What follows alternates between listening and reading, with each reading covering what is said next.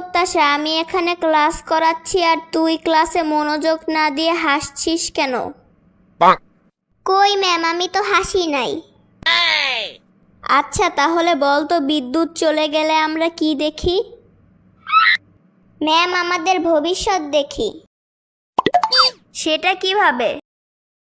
আপনিই তো বলেন আমাদের ভবিষ্যৎ নাকি অন্ধকার, আর বিদ্যুৎ চলে গেলে তো আমরা অন্ধকারই দেখি।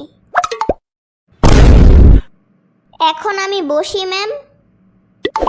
বুঝতে পেরেছি, তোকে অন্যভাবে শায়েস্তা করতে হবে। ম্যাম, আপনি কোথায় হারিয়ে গেলেন? এভাবে বেশিক্ষণ দাঁড়িয়ে থাকলে আমার পা আর পায়ের জায়গাতে থাকবে না। আমি কিন্তু চলে যাচ্ছি এখন। না না, কিছু না, তুই বসবি, কিন্তু আমি তোকে 5টা প্রশ্ন করব, সেগুলোর সঠিক উত্তর দিতে পারলেই বসতে পারবি, না হলে ফুল ক্লাস দাঁড়িয়ে থাকতে হবে কিন্তু। আচ্ছা ঠিক আছে, শুরু করেন। আচ্ছা বল তো, বাংলাদেশ কোন দেশে অবস্থিত?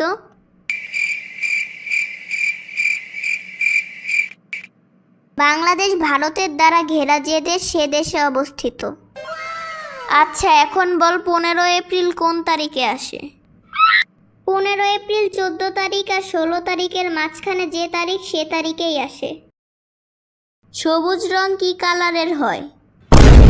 বাংলাদেশের জাতীয় পতাকার গোলাকার অংশটুকু বাদে যে জায়গাটুকু রয়েছে সবুজ রং, সে কালারের হয়। আচ্ছা তাহলে তুই বল, চোরকে বাংলা ভাষায় কি বলা হয়?